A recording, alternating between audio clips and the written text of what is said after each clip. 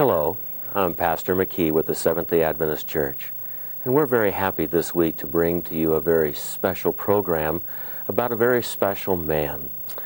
In our community this week, we have just had veterans celebrations throughout our community to remember the veterans of our country, especially those who have given the supreme sacrifice and have died in the line of duty.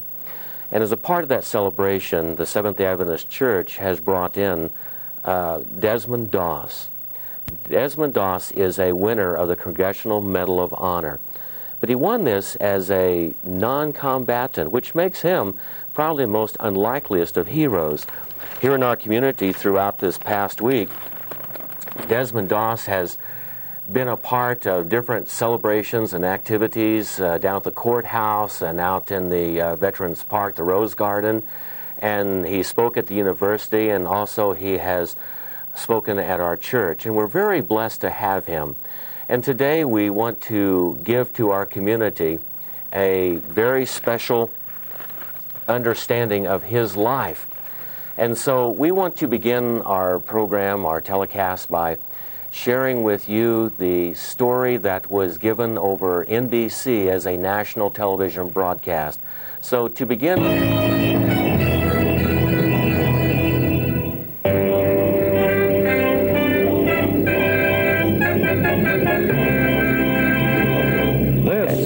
Your Life.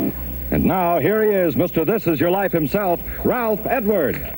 Desmond T. Doss, Rising Fawn, Georgia, World War II Congressional Medal of Honor winner, whose only weapons were his conscience and deep inner convictions. Tonight, this is your life.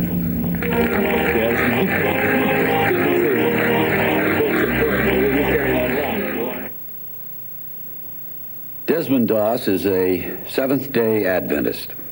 He believes in certain things, and that's that. One of these is, thou shalt not kill. My mother had a large picture on the living room wall of the Lord's Prayer and the Ten Commandments. One picture showed Cain having killed his brother Abel. I always wondered how he could have done such a thing. My godly mother always had daily worship, and I think the first place we all went after my birth was to church, and we were all still going. Both my parents were poor, hard-working country folk. My father was a carpenter. My mother retired after 30 years at the Craddock and Terry Shoe Company. That's in Lynchburg, Virginia, where I was born. When I got drafted into the Army, I was working at a shipyard, which would have gotten me a deferment, but I wanted to serve. Some people were against war entirely. That's a conscientious objector. I wanted to serve, but my beliefs wouldn't allow me to fight. I wanted to be known as a non-combatant, but I got classified as a conscientious objector. I had my troubles from the start. That first night in the Army, I knelt beside my bunk to pray, and the other guys, well, they used some very sacrilegious statements when I was on my knees. They called me Holy Jesus. Some even threw boots at me. I was frightened. I didn't know what to do. But I had my prayers to say, so I said them. That was just the beginning. A lot of guys made fun of me.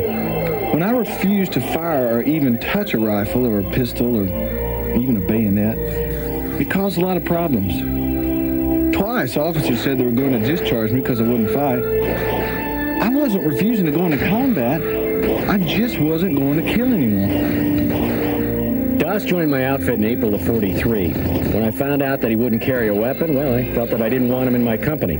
I told him this is war and it's either kill or be killed. I want someone at my side I can depend on, someone that'll carry a weapon and can use it. So I tried my damnedest to get him transferred out through battalion, command, regiment, and even division. And they told me I was stuck with him.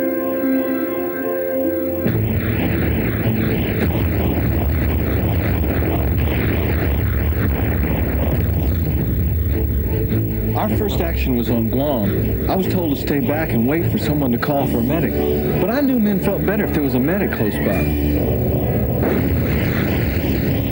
There were many times we were under heavy fire, and Doss continuously went out and treated the injured and brought them back. Well, after that, we all looked at Doss differently.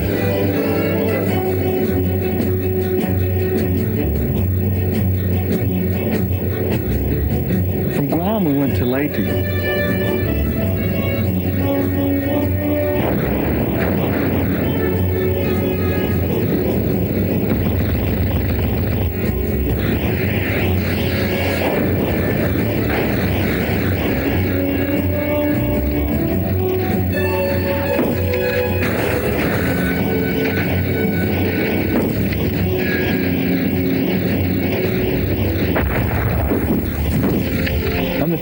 Administering first aid to a man, it did my heart good as I washed the blood from his eyes, to see a smile through the pain and to hear the words, "I can see." I knew the Lord was with me then, as always.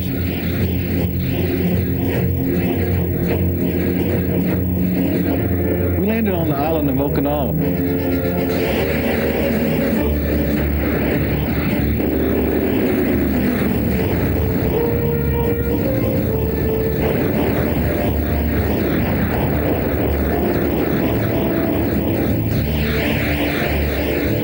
Some pretty rough terrain. We were getting ready to attack up this escarpment, which was 400 feet high, when I told the lieutenant, I believe prayer was the greatest lifesaver, and I thought we should pray first. He called the platoon to attention. Doss wants to pray for us. This isn't what I had in mind. I thought each man should pray for himself, but I gave a prayer for everyone.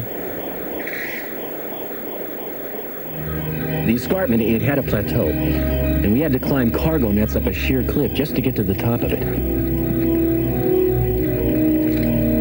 The second day on this plateau, the Japanese hit us with a big counterattack.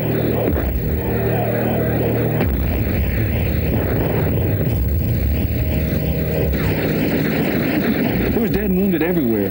I started pulling the wounded back to the edge of the cliff. I lowered one on a rope, and then I went and got another.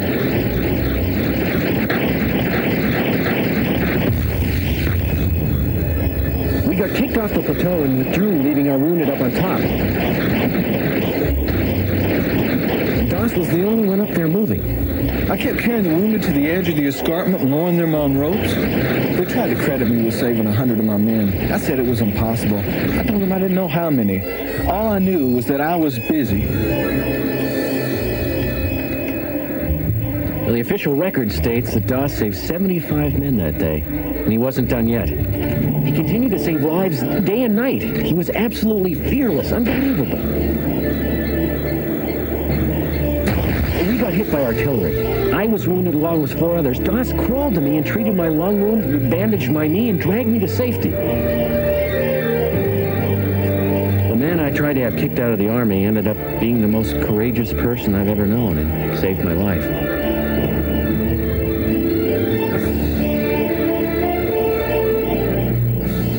We moved up for a surprise attack. We'd moved a long distance, and I was in a shell hole with 3 other men. I saw this Japanese throw a grenade. The other 3 men got out of the hole in time. It went off. I was hit, shrapnel in my legs, buttocks, and my feet. I tried crawling up the hill, but I kept passing out. While I was lying there waiting, I saw a close friend who was wounded and walking back to the aid station. I decided to try walking back with his help. We started out. Suddenly a sniper's bullet hit me in my arm. We crawled into a shell hole. He bound a rifle stock to a shattered arm to form a splint and crawled to the aid station.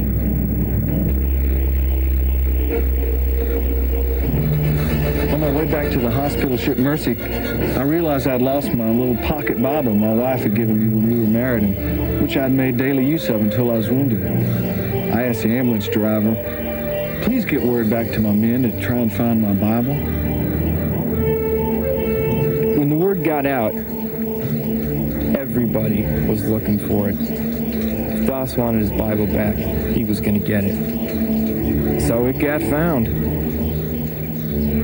My sergeant dried it out and returned it to me by mail. Hospitalized, you're brought back to the United States. On October 12, 1945, for your deeds on the escarpment and elsewhere on Okinawa, President Truman decorates you, Desmond T. Doss, with a Congressional Medal of Honor.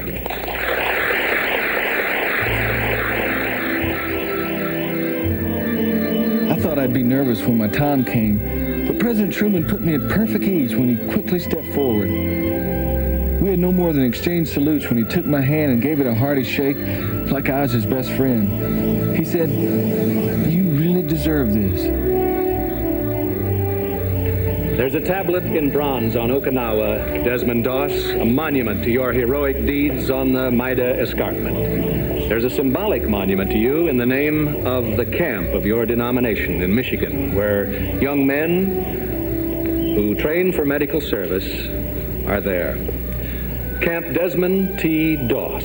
And there's a living monument to you in your son, born on September 15th, 1946, and here from Rising Fawn, Georgia, are your wife, Dorothy, and 12-year-old Tommy. Come on out here, Tommy and Dorothy.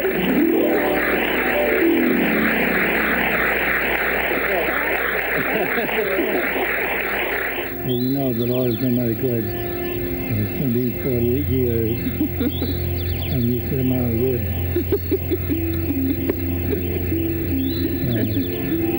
August will be 48 years we've been married. Because I was there for 12 and a half years, so she still does no major problem talking. I was his hearing ear dog. I had to write everything that I ever said to him or anybody else said to him. And that's how I did for 12 and a half years. But now that he's got the cochlear implant, it's wonderful because now I can talk to him. It's wonderful. That's right. And the reason I married him, because, see, I could trust Desmond. He was a good Christian, and I figured he would help me go to heaven. That's what I told my mother. I said, if I marry him, he'll be a person that'll help me get ready to go to heaven. He appreciated me because I never kissed any other men. He was the first one I ever kissed.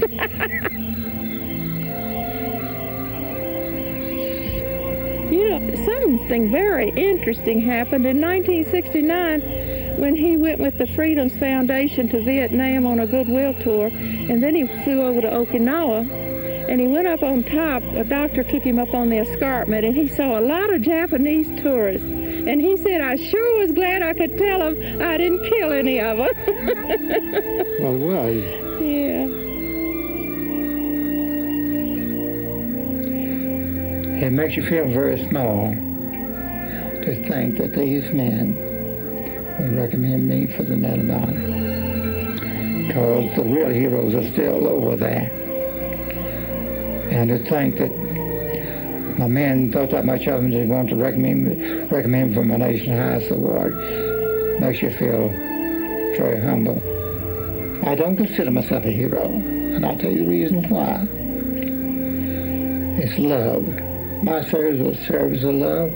We worked together as a close team. They had confidence in me. I had confidence in them. We worked together, and when they were out there, I knew their lives depended on me. I just couldn't give them up, even though I knew the chance was great I might be killed. But I wouldn't let myself think of being killed. My thought was, if I could just save one more man, it would be worth getting wounded over. And that's the amazing thing about it, how the Lord made it possible to do these things and never get wounded when I was in so many instances. From a human standpoint, I should have been killed. And I can still be here to tell the story.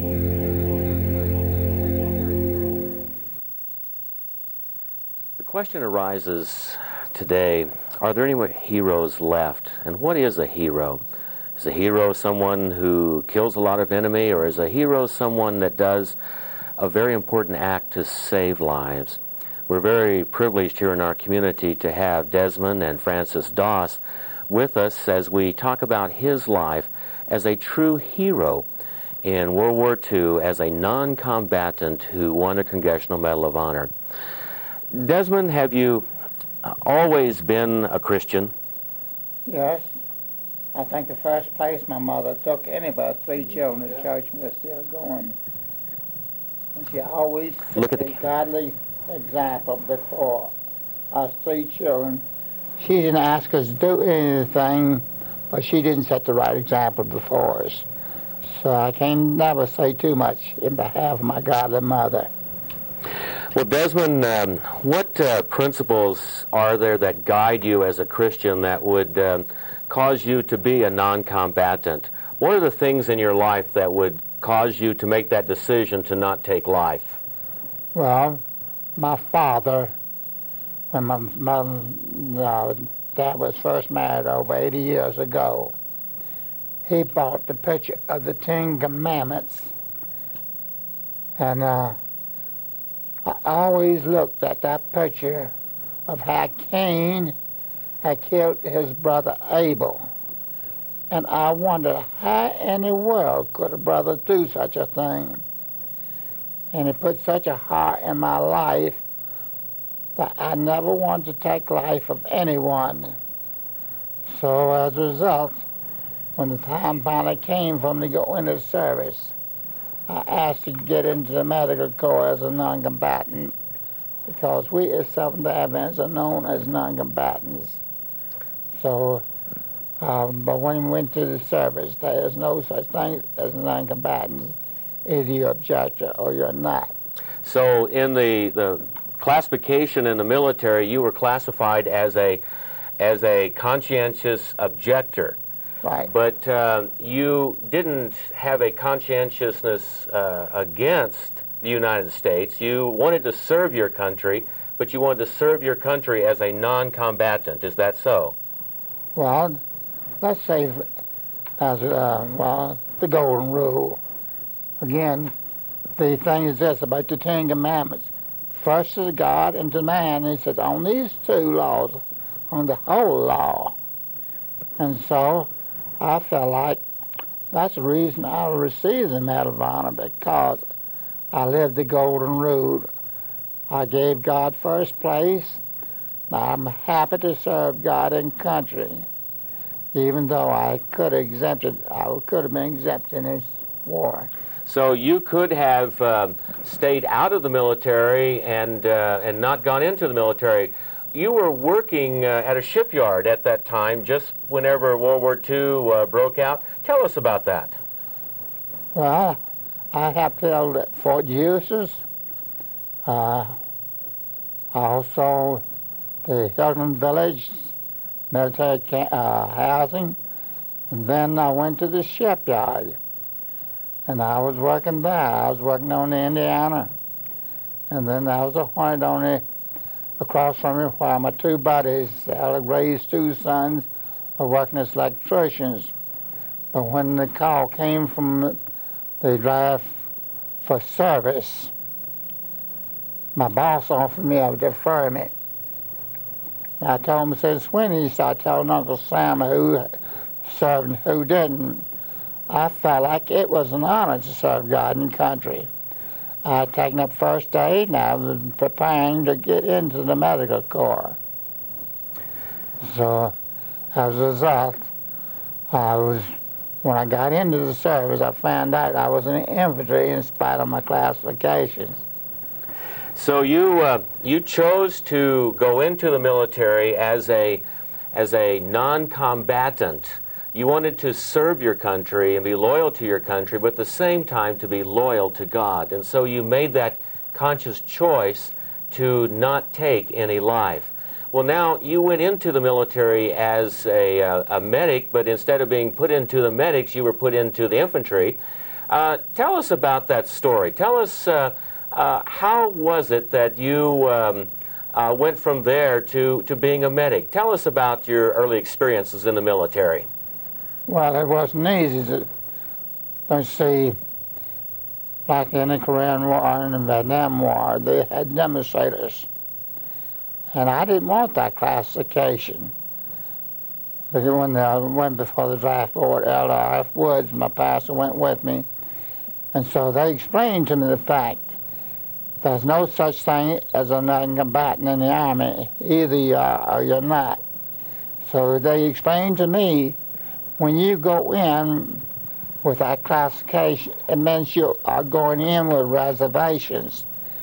Without that, if you refuse to work on Saturday or by arms, you would be court-martialed. So that's the reason I kept that classification as a conscientious objector, so I could serve God and country honorably without having to go against the dictates of my conscience. Now, someone might say, Desmond, that you would be a slackard if you wouldn't go into the military to fight like the other men. But there were principles in your life, principles that, as you said, came from the Ten Commandments, but there were also other people that influenced you in your life. And I have in my hand 2 erasers, and they tell a story about a certain person. And I'd like for you to tell us the story about these 2 erasers. Okay. Well, my mother was into Christian education, and that's back during the Depression, and we had a very fine guided teacher. I was only 1st or 2nd grade, and the teacher gave me a job that I could do after school. We raced the blackboards. I had a job to go and dust the racers. No, I didn't like that dust. I reckon I was lazy like some other boys. I found out I could rub those racers together, and oh man, they looked nice and clean. I thought I was smart. I was sitting at my blackboard. But like a good teacher, she came in, she checked on me. And when brother, you know what happened. I went and did the job right. But what she said, what was most important, she said, Desmond, anything that is not worth doing right to start with is not worth doing at all. Now, why do I remember that so well? Because when she left Lynchburg, Virginia, she went to Shanghai, China as a missionary. And she used to send things to my sister older than that, of some of the things that our students made and that. So anytime there was a mission story, I was all ears. Well, my teacher was over that, and I wish I could be like my teacher. I could be a missionary. And before it was over, I did get to be one, but it was at Uncle Sam's expense, because war was no respect of person. Well, Desmond, myself, having been in the Vietnam era in the Marines, I know that sometimes people who were non-combatants were not looked upon with a great deal of respect by the other men. When you went into training into the Army, tell us about your experiences. Were you well received by everyone in the military training camps? Well, I heard that the Conscientious Objector was bad outside, and it was.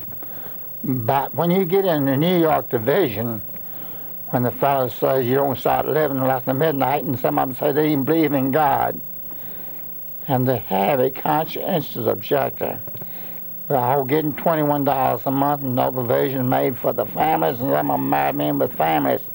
I was just a good scapegoat for let the steam off on it. So some of them threw the boots at me.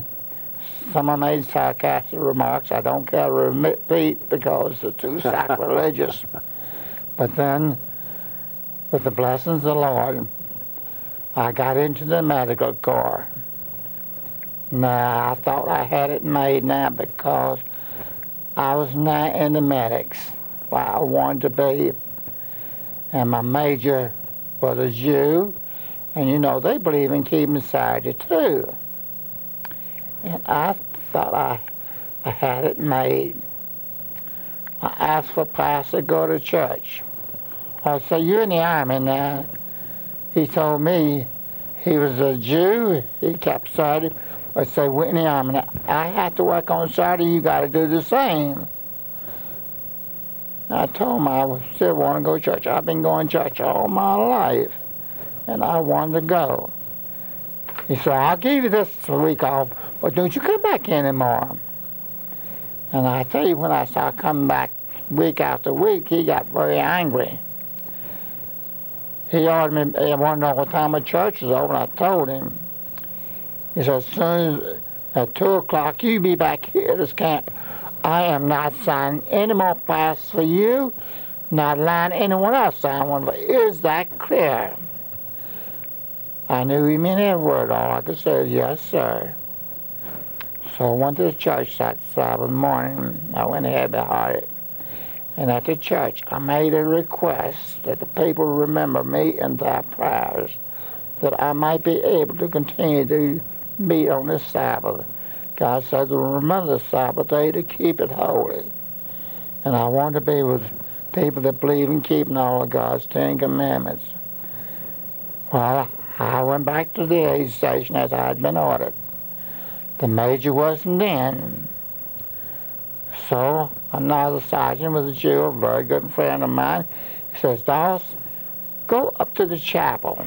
The major come in, I know how to get in touch with you.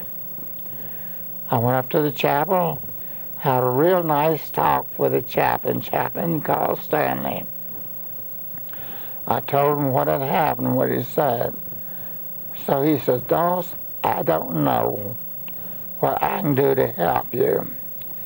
So the major is not going to like me for this, but I don't know one thing to do, and this is to take this to the division and see if they can help you.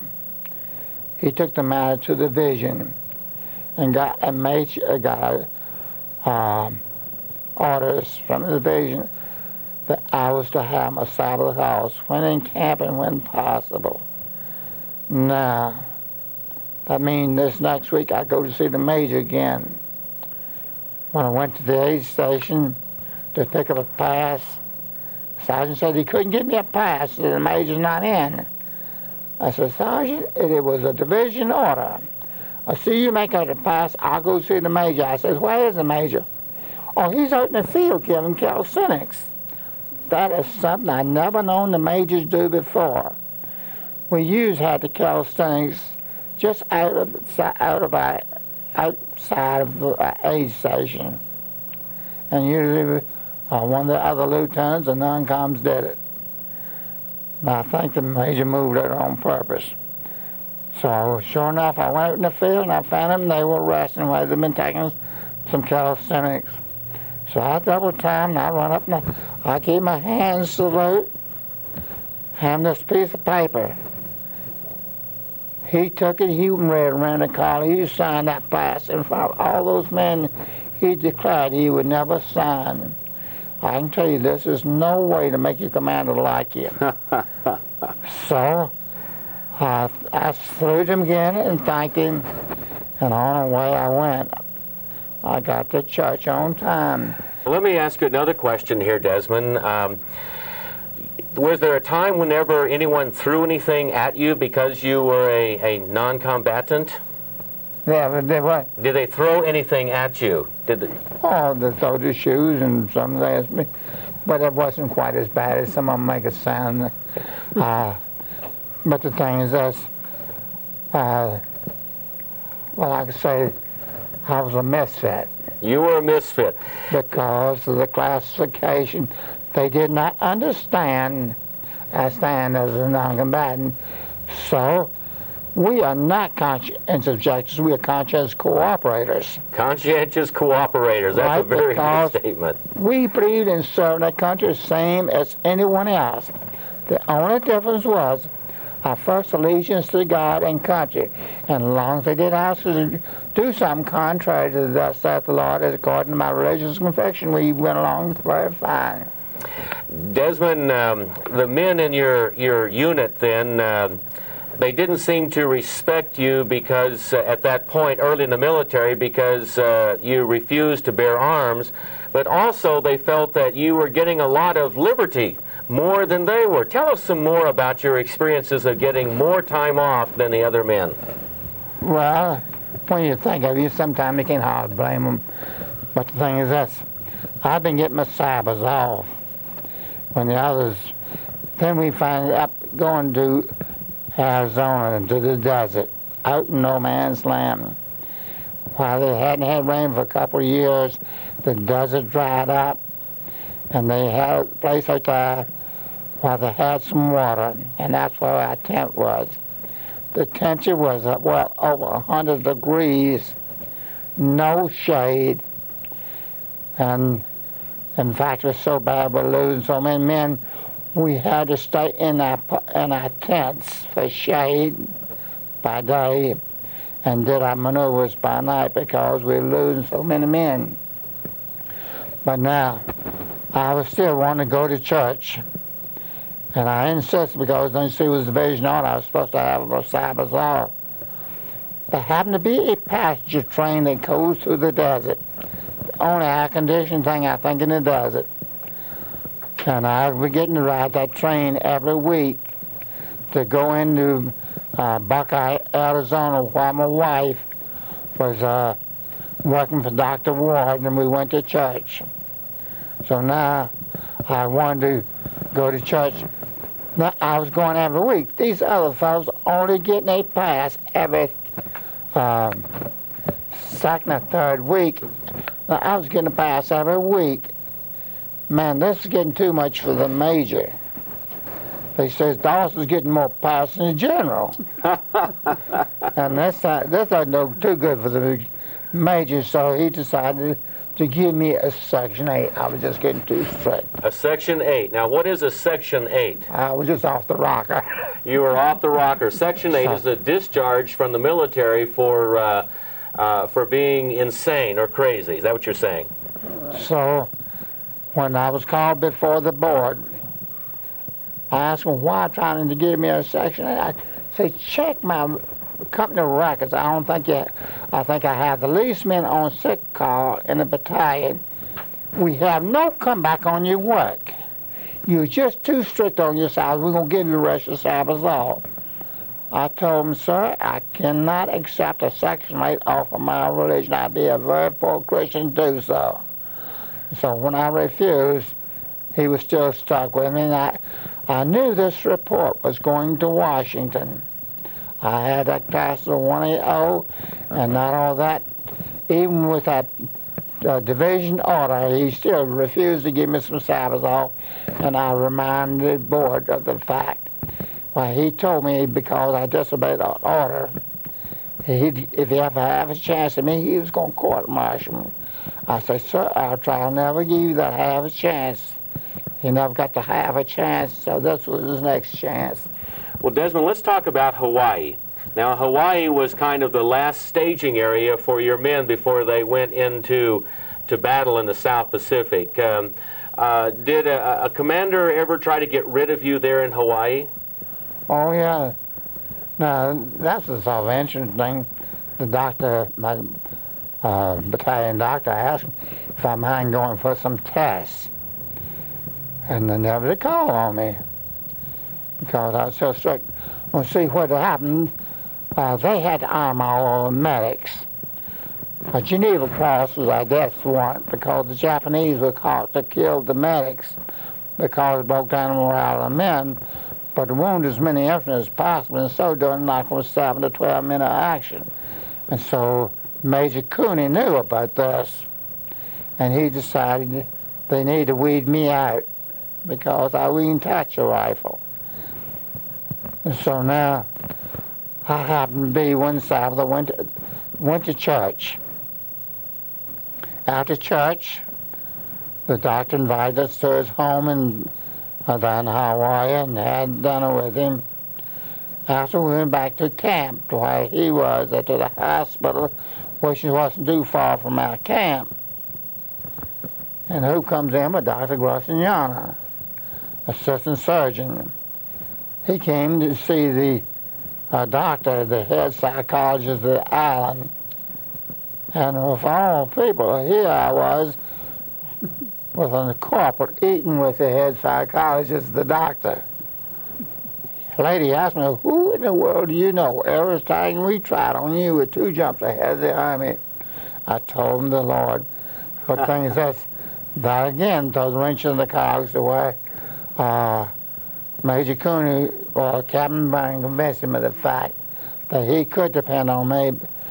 By this time, my men began to realize that I was just sincere as in the rest of them in serving my God and country. And so that's when the attitudes of the men began to really change.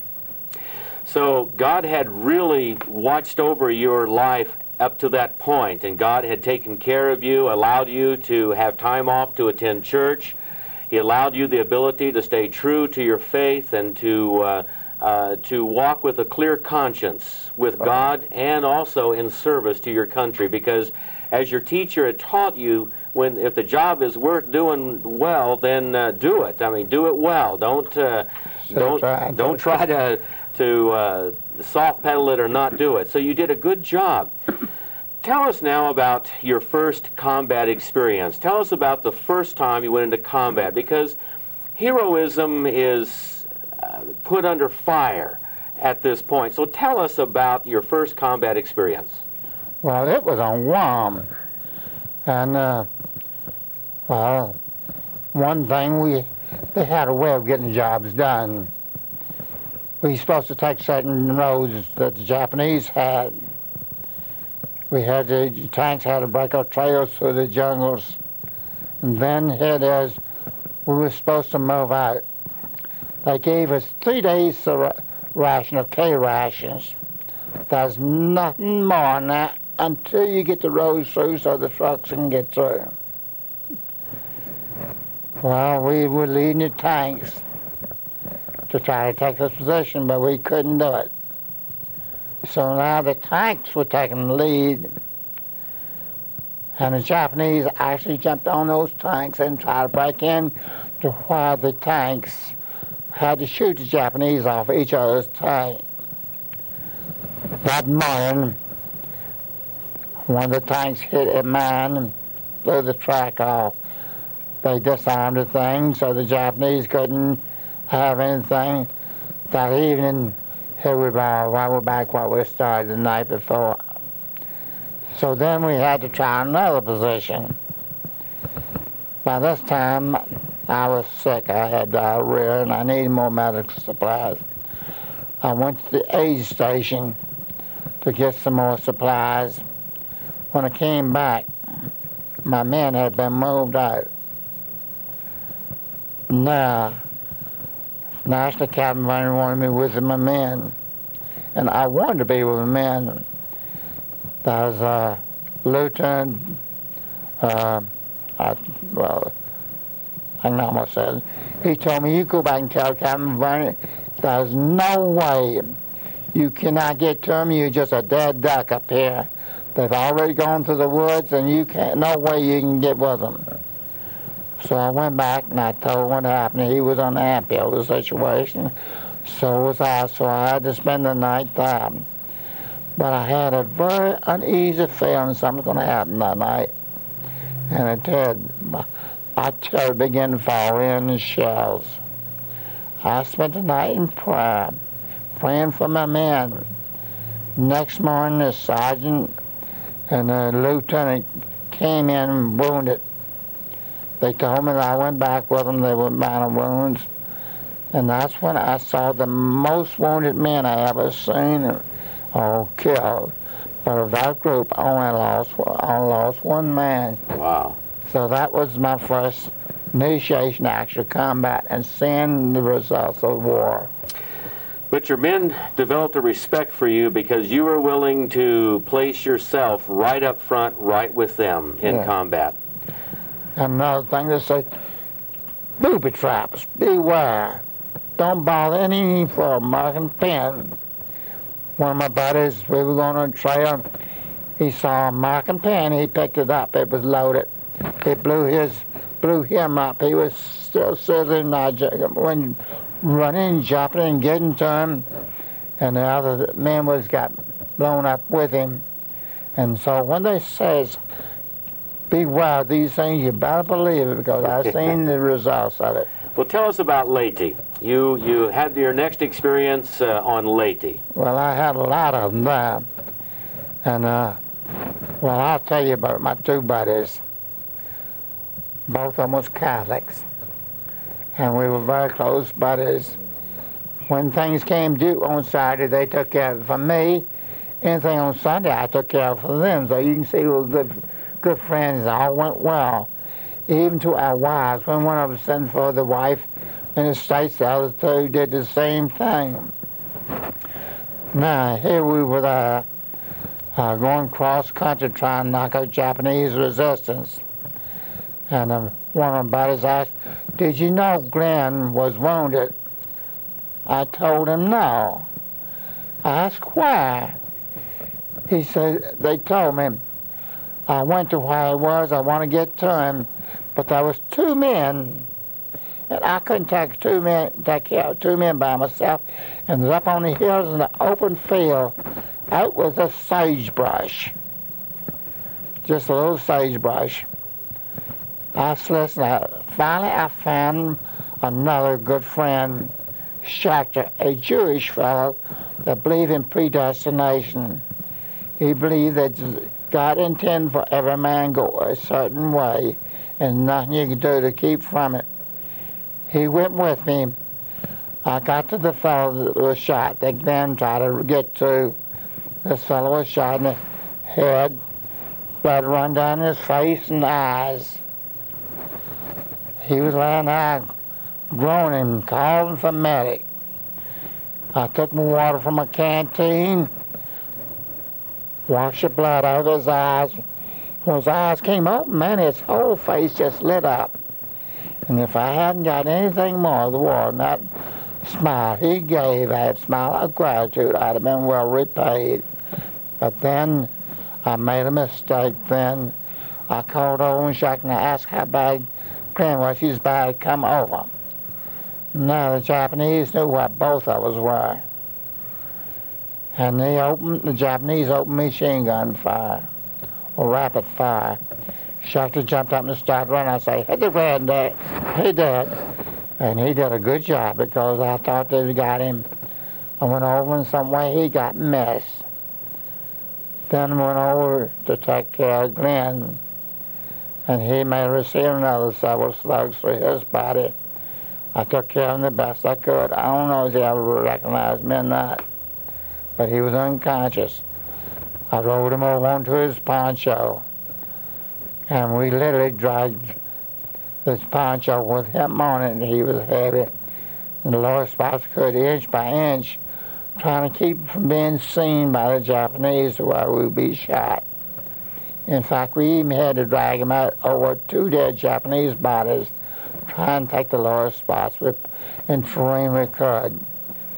Then I bought a machete, cut down some bamboo poles and made an improvised litter. The captain had left me a few men for rear guard and to help take care of the wounded. The sniper was still shooting at us along the way, but I don't think he hit any of us. And then I was checking Glenn along the way. It was hot, he was heavy, and I would check his pulse, and he was still doing. I don't think I had a dry thread on my body, and I was getting weaker by the minute. I was so weak, but I still couldn't put him down. Just as we were coming into the bivouac area where we were to spend the night, I checked my buddy again, and he passed away. So you had lost not one, but 2 very close buddies. Not yet. Not yet. Oh, okay. We've got to get to that point. But so what happened is the shock was more than I could handle. When the doctor saw me, he gave me a handful of pills and knocked my lights out. I didn't know anything the next day until we were moving up to area. Someone else took a hold from me. But then I had a motto was, from now on, take care of your men as quick as possible. Minutes could be a matter of life and death. Now we finally got to the Old Mark River. Shuck and I was working together. Evacuated this patient across the river. We were going up the bank. And just as we were going to the bank, I heard this shot as far as I was on the litter. The bullet came between the man in the back's left stirrup and me and got shot down in the right front, up his spine. He went to the ground and the litter dropped. Then we grabbed the litter up and we ran to the litter jeep and we got him on the litter jeep and then came back with another stretcher and got Shuckter. And then just as we got to the litter jeep, the Japanese were there waiting for us. They no more than got the front stirrup up in the jeep when all of a sudden they began to spray us with bullets. They lost interest in everything but number one, that's get out alive. I quickly shouted, lit up in place as far as I could, and then he was taking off all the jeep would do. I could just barely catch a hold to the jeep with the end of my fingers. And I tell you, I was sailing. I never moved so fast in my life. My feet were thrown out from under me fast and I can get them up. And so finally we got a range of machine gun fire and it slowed down. But I knew if my fingers gave away. That's going to be the end of me. And I didn't see how I could hold on with the blessing of the Lord. I did. Well, let us talk now very quickly about Okinawa. We want to talk about how you received the Congressional Medal of Honor. So tell us about Okinawa. Well, first I'd like to tell you the miracle story, what I call my miracle story. Your miracle story, yes. Yeah. I was studying my little Bible my wife gave me when we was first married. And the subject that we was following Christ. When Captain Vernon came to me and said, Doss, would you mind going up with the men you know the last medic we have left? I told him, no, but I'd like to finish my private devotions first. He went away. I didn't think I took long. I didn't think I took more than about 5 minutes. But some of them said I took more than that. Some of them said up to half an hour. But when you're facing death, nobody in a rush. So when I got up to base of the escarpment, they were all waiting on me. Come find out it wasn't just mine, it was also the whole battalion. I didn't know that until before this. I told Lieutenant Grant, though, our platoon leader, I believe prayer was the greatest lifesaver there was. And I didn't think any of us should go up this cargo net we gotten from the Navy, having a picture of it in the book. Yes, got a picture here of this cargo net that you went up there with your men, and so right at the base of this, before you went up, you had said that it would be good to have prayer because prayer saves lives. So what did your officer say to you then? So, as a result, he called a platoon together and says, Doss want to pray for us. Now, that was not what I had in mind. What I had in mind to remind the men we had no assurance if they returned, and if they weren't prepared to meet that mark, they should be. But after the lieutenant did say that, I did pray. I prayed that the Lord would give the lieutenant wisdom in knowing how to give his orders because our lives were in his charge. Also give us the wisdom we need in taking the orders safe because we could, they will all come back alive and be his will. And if any of us were not prepared to meet our maker, that we would be before we're back cargo net. After we finished our prayer, we went up, pushed over, got pinned down. Thought we couldn't move. It wasn't long before a word came from battalion wanted to know what my losses were. I didn't have any. It wasn't long before the word came back, stating that A Company had been so badly shot up that they could not move, and that we had to take this whole escarpment by ourselves. So, as a result, we began to move forward, knocking out these Japanese positions one by one.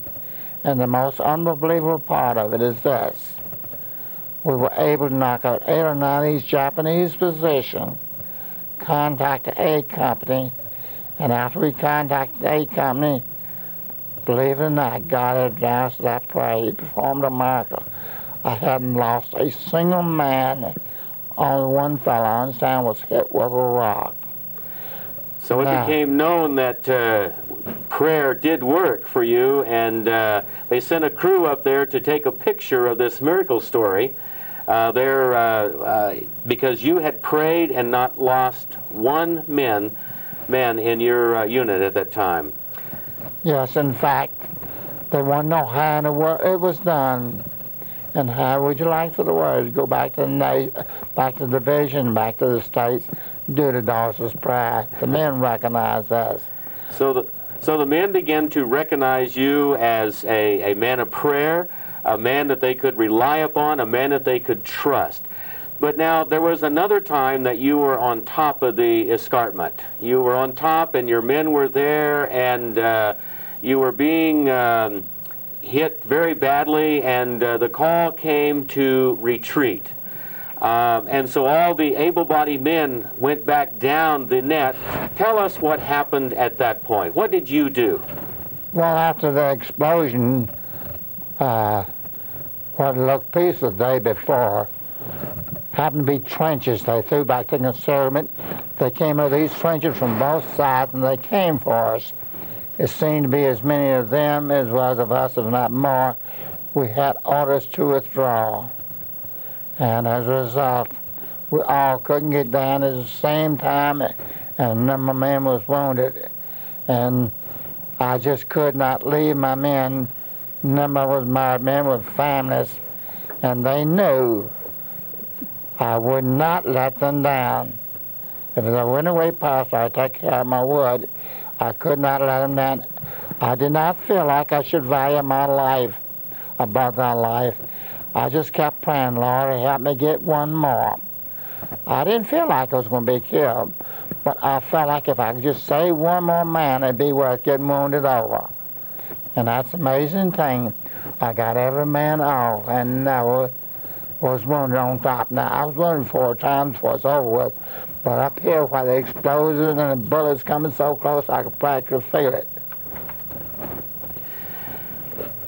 Now, they're on top of this escarpment, and you saw that the men needed to get down off of there, these wounded men.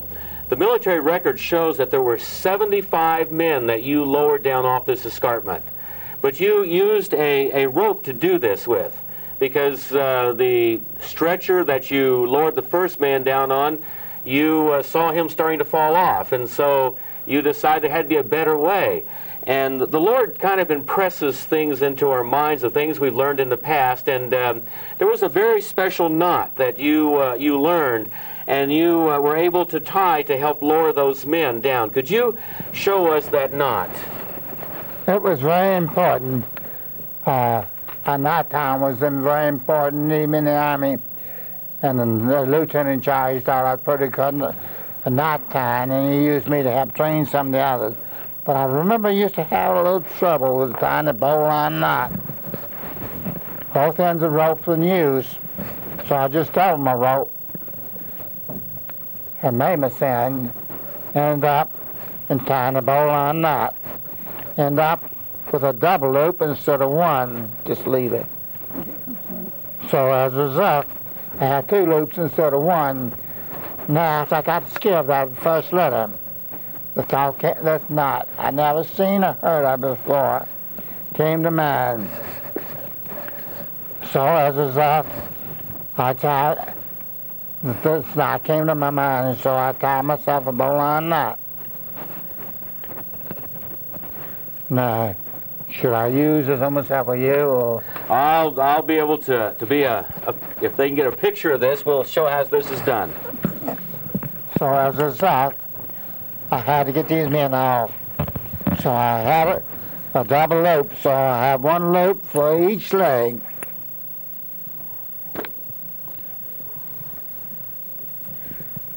Now, there was one end of the rope hang down below while the older man was split. I double rope again, wrapped around underneath the arm, made myself another bite, made a loop, tied another bowline underneath the arm, and then the Lord even provided a tree at the edge of the cliff. You can see in the picture. All I had to do, I wrapped the rope around a tree, and the tree took the load. All I had to do, just like off on rope. When I got the men to the bottom, all they had to do is just untie the rope from underneath the arm and slip the loops out. I could pull the rope back up, use the same loops over and over. So you can see how much quicker and safer it was. And so that's why I say, but it goes to God. I'm just thankful he was able to use it. The Lord gave you the right knot to have at the right time to tie this rope onto the men to lower them down. But 75 men, that's a lot of work. Let me make a correction. That's what they said. We went up with 150, 155 men when we went for replacements. Only 50, 55 I was left. They kind of give me credit for all, but no way I could take care of that many men. They won't know how many men I took care of. I said, they can see how it could be over 50 They tried to credit me for 100, so they the one who split the difference and made it 75. Well, those who have lowered people down off of a face of a mountain with a rope know that even one person is a heavy load.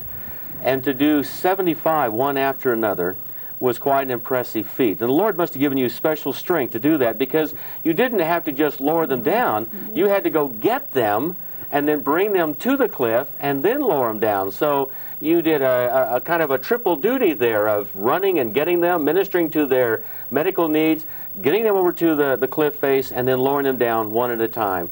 And that is quite a remarkable thing. And for that, you became the most unlikeliest hero.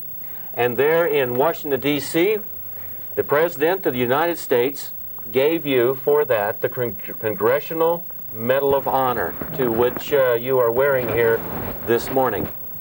And for those of you who would like to hear more or to know more about his story, there are two books that are written about him that I'd like to make mention of here.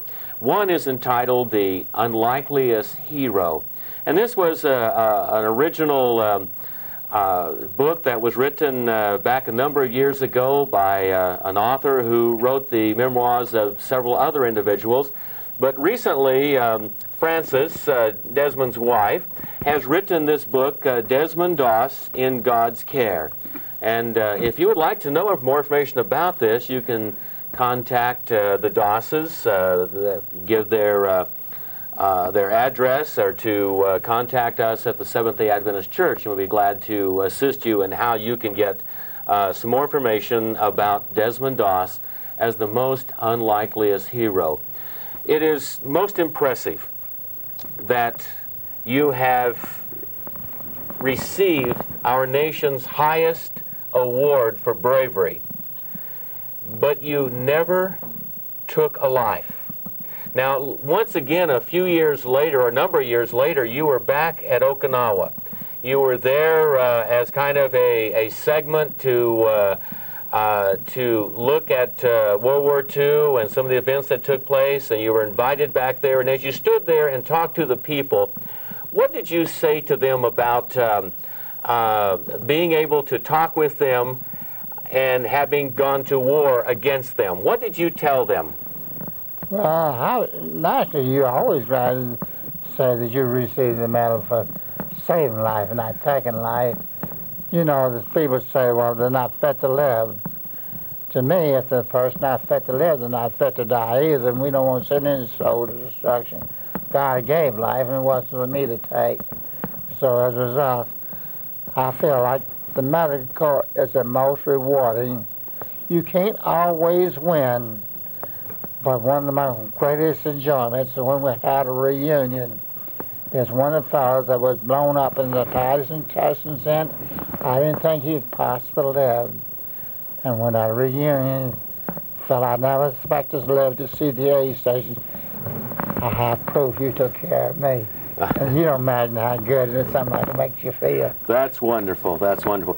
Now, earlier in your military career, when they were treating you kind of roughly and they were chastising you a lot for being a non-combatant, one of the officers told you, he said, well, Desmond Doss, if everyone was to follow this commandment like you are, where would we be then? Well, it's very simple. There just wouldn't be no war. There wouldn't be any more war if everyone took and followed that principle of thou shalt not kill. So that's why I like to emphasize the Ten Commandments as the golden rule, because I live the golden rule. I feel that's the reason I see the Medal of Honor. Well, it has been a real privilege for us as the Missoula Seventh-day Adventist Church to have you and Frances with us during this past week. And I know from others in the community that I have talked with, it's been a real blessing to have you to be a part of our Veterans Day ceremonies throughout our city. And we really appreciate what you have done for us, but I also appreciate what God has done with you. Well, Frances, you know, we've been kind of quiet here about you. And I guess it would be wise if I would take and ask you a question. We have one book, the book entitled The Unlikeliest Hero. Right. Why in the world would you write another book about Desmond? Well, The Unlikeliest Hero came out in 1967, and we thought, and it's been out of print for about 10 years, and we have just a few left, but we thought that, we thought of reprinting that book, but still, that was 1967. Desmond wasn't even totally deaf then, and so we decided that we needed to update the book. And so we went back and made it more of a biography than that book. That's more his military history. And this starts some stories from his younger life, from his childhood and younger life, and then what's happened to him in the last 30 years since that book came out. Yes. So. Well, now, tell us about Desmond's health. Now, a number of years ago, you went into the hospital and you found out that you had tuberculosis. That was just after he got out of the service. Just after that you got out of the service, they found out that you had tuberculosis, and you were in treatment for about 4 or 5 years. And what did they have to do as a result of the tuberculosis? What did they remove? I had to have my left lung removed and 5 ribs. And that's another interesting story of that. Thing is, I'm a vegetarian. And I had my own diets. Even the dietitians and I was asking, but I was on a high-protein diet without having to eat the meat. So then when they took me over the surgery, they took me over without saying anything to me and came off the elevator. And I saw those double doors, surgery. One, what? The ten wouldn't tell me a thing. Well, no, he wouldn't tell me. When Dr. Walker came out, he said, suppose you know why you're here. I says, no. That's what I'm trying to find. I wish Dr. Farnsworth had told you so last time they sent someone over here, they sent them back on a stretch, on a litter. That's the way he had a way to let me know he didn't have any good news for me. He said, as soon as I finish with this patient, I'll be right out. Then he put all my x-rays up on the charts up and began to explain to me they need to remove my left lung. I had taken 31 bronchoscopies. Let me set your microphone here a little bit. I see it kind of falling out just a little bit here. There, so we can hear you better. I had 31 bronchoscopies. And then after that they decided they stopped the spread in my left lung, my right lung, and after a while they could remove my left one. And that's when they rolled me over there. And so then, when he was talking to me, I asked him what my chances were. Best we can offer you 50-50. Then I told him that no way you can take this operation. You have to be on a very high protein diet. I told him I was going to take the operation and I wasn't going to eat the meat either. And they're taking these other patients in that they look good, like good health. They brought them back half dead and they couldn't take the operation. He has a little skin flint. They took me in, and believe it or not, the doctor said he never had one to pull the operation better. And also, when I had my second operation, and they told me for that operation I had the straightest spine for that operation of anyone they had seen. Wow. I was the one who was going to make it. And 2 months later, I was back in the room they never expected me to return to. Now, later on, you also lost your hearing because of some of the medication that they were giving you. So, so in reality, you are actually totally deaf right now, except for a hearing implant that helps you to hear. That's right. They gave me a strip of mice and PS in the experiment stage trying to save my life. I had a ringing and a roar in my head that never went away. The doctors say it would go away, but never did until I lost my hearing completely. Well, let's review just for a minute here. You, as a child, were raised as a young man who believed in God. You, all the way through your life, there were principles about God that were applied to your life, not just spoken about, but you lived them in your life. You chose to keep the Ten Commandments, to obey God, to follow the dictates of God. And then when the military time came for you to go to combat, you chose to, as a military person, not to shirk your duties, but to be a very good servant of our country and to serve it in the area of non-combatancy and the area of medicine. What a difficult task that was, and just that in itself would have been kind of a miracle story to see how God has blessed and led you. But then we come down to actual combat, and we hear the stories of where, by God's grace, you were able to prove yourself time and time again, to give God the blessing and the glory for taking care of you. Because in your book, I read one story to where the men in your unit were up higher and looking down over where you were, and they said, "We don't understand how it is that you were not hit or killed because of all the intense fire. How did you do that?" And you once again give God the credit. And all the way through to the time whenever you receive the Congressional Medal of Honor, you still give God the credit. And today you continue to serve God, you continue to follow Him. You've not changed one bit from the principles that you have applied to your life. And so, Desmond, I want to close by asking you one last question.